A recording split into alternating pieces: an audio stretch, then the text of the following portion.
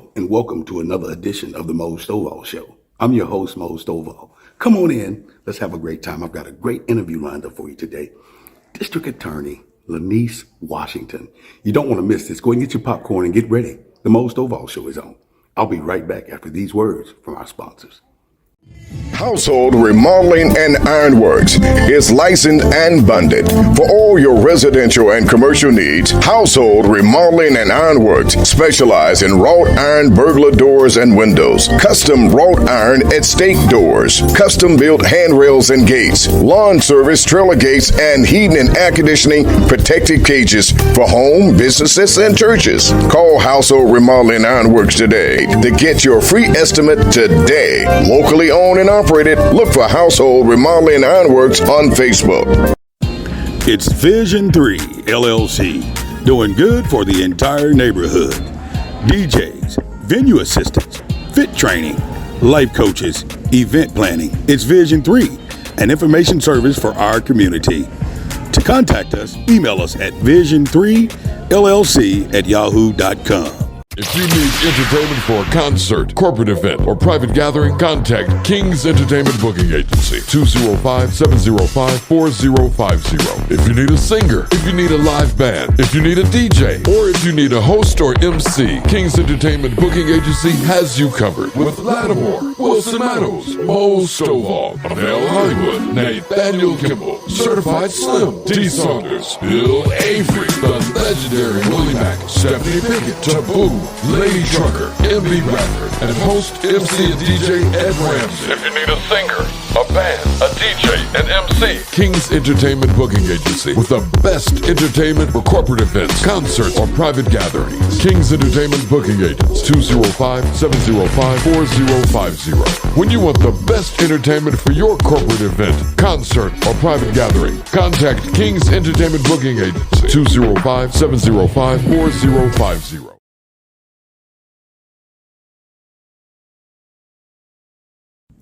Hello and welcome back to the MOSE STOVALL Show.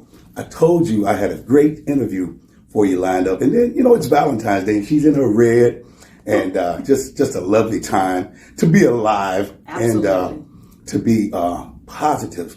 So I want to do this interview, and she's dear to my heart because we went to school together. So there's some things she's going to tell us today that I've missed out on over the years. But Lynneice, welcome to the show. Thank you for having me, my friend. How are you feeling? I am feeling great. You look great. Well, thank you. Whenever you wake up with breath in your body, it's a great day. Amen, amen. See, y'all heard that? That's positive. I told you one positive note down here today. And she's my guest today. And we're going to ask her some questions. I want you to go ahead and tell the people, let's start in the beginning. Where are you from? I am from Birmingham, Alabama. Mm-hmm. Grew up in East Thomas. That was most of my childhood. I actually was born over in the Osipco area. Some people call it Sipico. Not far from Thomas. Not far from Thomas. And my family moved from Osipco to Norwood, from Norwood to East Thomas. He's all over the place. I was all over the place, but they were actually able to become first-time home buyers. Okay. And that's what brought us to East Thomas. Now, East Thomas is on the east side over by Wilkerson. Absolutely. Because people don't know that. My folks grew up in Thomas, over on the west side. Yes. And that's across Arkadelphia, right? Absolutely. So what year? Thomas and East Thomas. What year did your family move to Thomas? East Thomas? Oh, let me see. I was in the 5th grade. Okay. So it was way back sometime. Okay. So you were a product of Birmingham school system? I am a product of the Birmingham public school system. Graduated from? A.H. Parker High School. That's what I'm talking about. That's what I'm talking about. What's the word? Not even heard. There baby. it is. There so we definitely have that in common. Absolutely. And the love of music. Yes, that time went by so fast. We sang in the choir together. Yes. We were actually right there with each other a lot, and it's amazing how time takes us so far away from those things so fast. Because I thought about it. I mean, I've been out of school 35 years. I'm not scared to tell my age. We look good. We look good. We look good. Because I remember. 50s. Yeah, I remember people in the 50s, we thought they were old we did. when we were young. So, to actually be able to be here together and still feel young and look young, it's amazing to me. God is good. So, Birmingham product, or school product, what kind of college did you do? Where did you go to college? I actually went 1 year at UAB, and that's a whole different story. Right. I was accepted to attend Alabama. UA. Yeah. Okay. Tuscaloosa. In Tuscaloosa. And my mother at the time just didn't see her baby leaving to go to Tuscaloosa. Right down the street. Right down the street. But, she was in the house by herself. By this time, my dad had gotten divorced. My brother grown up and had his own family. And she had never been by herself. She went from a household with 8 other siblings to being married and having my brother, and then I came along. So she had never been by herself. So just you and another sibling. You only had one brother. That's it. He's 15 years older than I am. And is he into the same kind of work that you're into? No, he's into retirement right now. he got it going on. He's a granddad. He's enjoying retirement. And just enjoying life. Did he have a family of his own, kids and everything? Yes, he has 3 girls, and he had a son that was killed some years ago. My nephew, the only son that he had. Okay, but 3 girls to hold him down. Yes. Those girls can be tough. All of them are nurses. And what about your family life, your personal family life? Husband, kids? I have a husband. He is law enforcement. Right. And I have a son that's 26. I have a bonus daughter. Okay. My little heart. God didn't allow me to have a daughter, but I have a bonus daughter. Came with dad. 22. Came with dad. Hey, ain't nothing wrong it was with a that. package deal. Ain't nothing wrong with that. And, instant family add mom. Absolutely. I love that. And then I have 2 older daughters that live in New York. Okay. No grandkids yet? No. Okay. No grandkids yet. I can wait. I can wait. I told you we got a lot in common because I've got 3 grown kids and no grandkids yet. Because I told them, let me get used to y'all being grown right now because it was a lot of work, Absolutely. Raising kids. I went through a divorce, so we kind of split the parenting for a lot of years, and then they actually live with me now. So the girls do. The boy went with me, so I've had them all. Oh yes. And, it can be kind of rough. And what I do, it was kind of challenging, But mom helped out and she did her thing with them. It takes a village. Yeah, they want to be with dad, but so you've got your family and your brother had a family, and so he got grandkids. You say yes. So you got some auntie stuff. Oh yeah, how's that work? I love them. They love me. Right. I love them. I can imagine. And we're real close. Really close. You did go to UA in Tuscaloosa for 1 year. I left there and I went to Auburn University at Montgomery. Okay. At the time, most of my friends went to Alabama State. Right. But I've always wanted to be a lawyer. Right. That was my dream from the start. And I knew if I went to Alabama State, then I would kind of get off focus. Oh, yes. Because there was so much to do at Alabama State. That you shouldn't have been doing. Yes. But I attended Auburn University at Montgomery. Okay. I worked the whole while I was there. Right. Started at Food World. I transferred my job from Food World that was in 5 Points to Food World in Montgomery. And from Food World, I went to Sam's Wholesale Club. And from Sam's Wholesale Club, I went to Governor's House Hotel. And I worked as an evening supervisor. And I went to school full time in the day. During that time, I didn't even know. I know Calhoun Foods was in Montgomery. Yes. But I didn't know Food World was down there. Yes. So I learned something, because I went to Georgia. I went to Atlanta to Morris Brown. And I actually left there because of the same thing. There's too much going on. And I knew what I was going to be doing. I knew I was going to be entertaining. And I left there, and that's what I've been doing. I started out moonlighting with it, but I've been doing that ever since. But tell us how Mama took you going further. You said Mama didn't want you in Tuscaloosa. That's further. It is. How did that work out? You just had to do it? I just had to do it. I had to come. I had to have a conversation with Lynneice. Correct. And think about the things that I wanted to do. Right. And by me being home, my mother was happy that I was home. Right. And every day she would come in like I was in school, in high school, and Lynneice, you've done your homework. Right. And I wasn't growing. Right. And I knew that what I wanted to do. I just wanted to be a lawyer. And that starts you. Yeah, you started. You got to get out the house. You got to put a foot out. You have to. But my mother, with her 6th grade education and my dad with his 8th grade education, my mother told me I was going to be either a nurse or a school teacher. Because those were the professions during that time that were common to Black people. And I didn't want to do either. And I told her, Mom, I'm going to law school. She said, we don't have the money for that. Wow.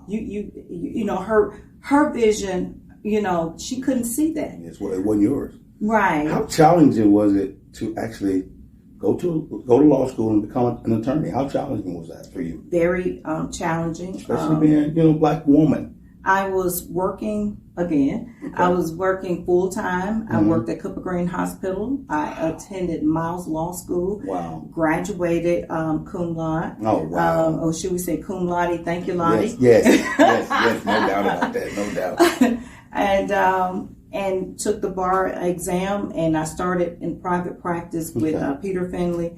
And our now presiding judge is David Hobdy. Okay. But he had started in his practice a year before I had, and we had been friends since law school. Right. And I started my practice in that office. Okay. I left there and went to the office with Emory Anthony, which we lived in the same neighborhood. At the time, he lived in East Thomas. And he had a suite of offices, so I rented office space from him.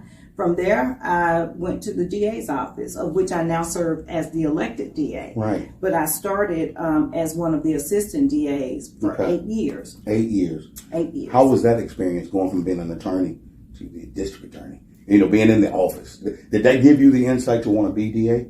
Or yes.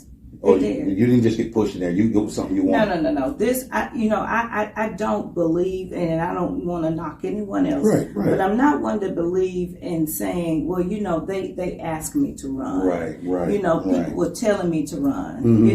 That was a personal decision for me, and it was blessed by God. Right. Wow. That's such an amazing journey for just you wanting these things and acquiring these things, because so many times people don't follow the path that it takes to get to these situations that they want to get in their life.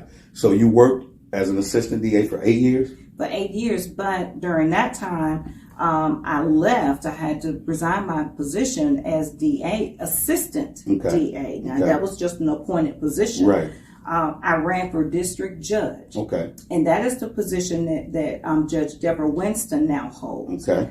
And I recall I told my husband, I said, I think I'm going to run for district judge, but I'm just letting you know what I'm thinking. Okay. But I've got to pray to God, and so first. I want to make sure that he's saying the same. Yes, you got to be in accordance. Yeah, yes. Wow. And so I received peace from God to run. Right. But, God has such a sense of humor. I thought I was going to be the district judge here in Jefferson County, Civil District Court. Okay. That's not where I landed. That's not what he had for you. That's not what he had for me. And that he took me on a totally different journey, Mose. Wow. I was diagnosed with breast cancer. Right. Listen, we're going to talk about that. We need to take a break real quick. We're going to come back and talk about your re-election. Yes. Because we're going to get you back in there. Thank you. It's a must. I love what I do. It's a must. Y'all sit tight. I'll be right back with Miss Lynneice Washington right here in Bessemer, the district attorney. I'll be right back after these words from our sponsors. Household Remodeling and Ironworks is licensed and bonded. For all your residential and commercial needs, Household Remodeling and Ironworks specialize in wrought iron burglar doors and windows, custom wrought iron estate doors, custom built handrails and gates, lawn service trailer gates, and heating and air conditioning protected cages for home, businesses, and churches. Call Household Remodeling and Ironworks today to get your free estimate today. Locally owned and operated. Look for Household Remodeling and Ironworks on Facebook. It's Vision 3 LLC, doing good for the entire neighborhood. DJs, venue assistants, fit training, life coaches, event planning. It's Vision 3, an information service for our community. To contact us, email us at vision3llc@yahoo.com.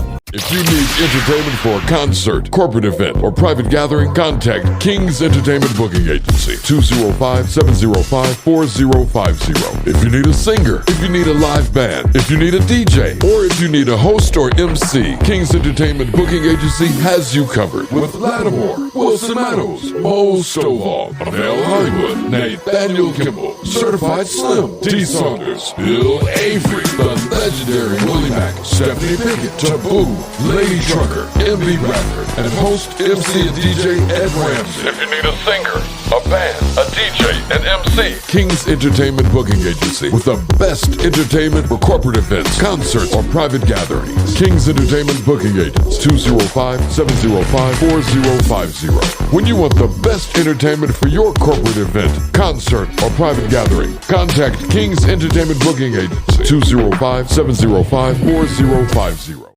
All right, y'all, welcome back to the MOSE STOVALL Show. I'm your host, MOSE STOVALL, and this lovely lady is District Attorney, Miss Lynneice Washington. And I'm just thrilled to be here with you today. I'm honored to be in your presence. It's just a blessing. I mean, I'm glad we both feel the same way here. Yes. We're going to piggyback right off of what we were talking about. You battled with cancer. I did. And, I prayed for you a lot. You didn't know that. You asked for the prayers. Yes. And so yes. I took right to my knees. And I still pray for you daily, believe Thank that. you. Because I know you hold a position that's not easy, Not being the first woman. All of that. Oh, man, I can't imagine it sometimes. But even in the things that we all get to do in our different individual lives, we need prayer. So we're going to keep you prayed up and we're going to get you reelected. But let's talk about how you found out about cancer and what happened when you found out. Well, during that time, my husband went to Iraq. He took a personal leave from his job and went to Iraq on a defense contract. Okay. That was not a part of my plan, of course, for him to do it. Right. But it helped because I had to resign my job, and so they were paying, well. Yes, they were paying well. Mm-hmm. So he went to Iraq, and not even a week after he left. Wow.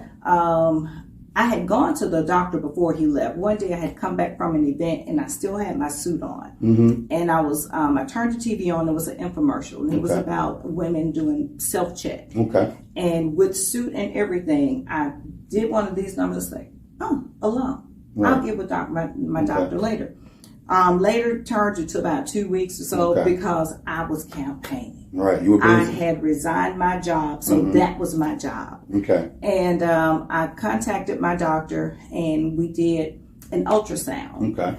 We ended up, I was diagnosed, my husband left, and he, like I said, it wasn't even a week when everything just came back with the results. And he said, do you want me to come back? Do I stay? Or do you want me to come back? And I told him, I said, no, me and God, we got this. He's on contract now, so go do your contract. I'm thinking, if you come back, you're going to have to pay the money back for the training that they did and all of that. But my faith is strong. Right, amen. And at the time, my son was 14 years old. Okay. And children, they will watch us more than they will listen to us.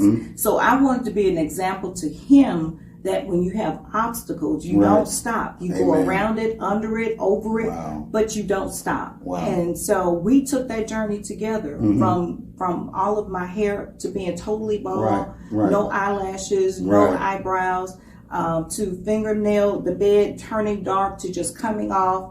And ultimately having both girls removed. Right. So I say, God took the girls to save the woman. Amen. That's a beautiful deal. And I did not win that election, but in February of the following year of 2011, I was appointed as the municipal court judge for the city of Bessemer. And I served. And you were running at that time for district judge. I was running for district judge when I was diagnosed with cancer. Okay. But you still campaigned? I still campaigned. I kept it under wraps. Yeah, no one knew because when my hair came out, I just put a wig on. Yeah, so that was the thing that people would do. It was the same style of my hair. And my family and my close team, they knew what was going on. And some of the ladies that were running, like our beloved Judge Helen Shores-Lee, she knew. Annetta Varon knew. Judge Agnes Chappelle, Judge Annetta Varon. A number of the ladies knew because when we would meet for our meetings, Democratic meetings, early in the morning they see you. At Nikki's, and I told them, when you see me leave, just know that I'll catch up with you guys later on in the day because that was when we were going through all the tests and stuff. Right. And so they knew to just pray for me. When you were diagnosed, because you said you got with your doctor, how long did it take him to let you know what was going on? I started seeing him in August. We started out with the surgery September 10th. Okay. The surgery was first. Yes, surgery was first. And then we started with the chemo and the radiation. Okay. So when I became judge for the city of Bessemer, I was leaving chemo, going into radiation at that time. Wow, you are tough.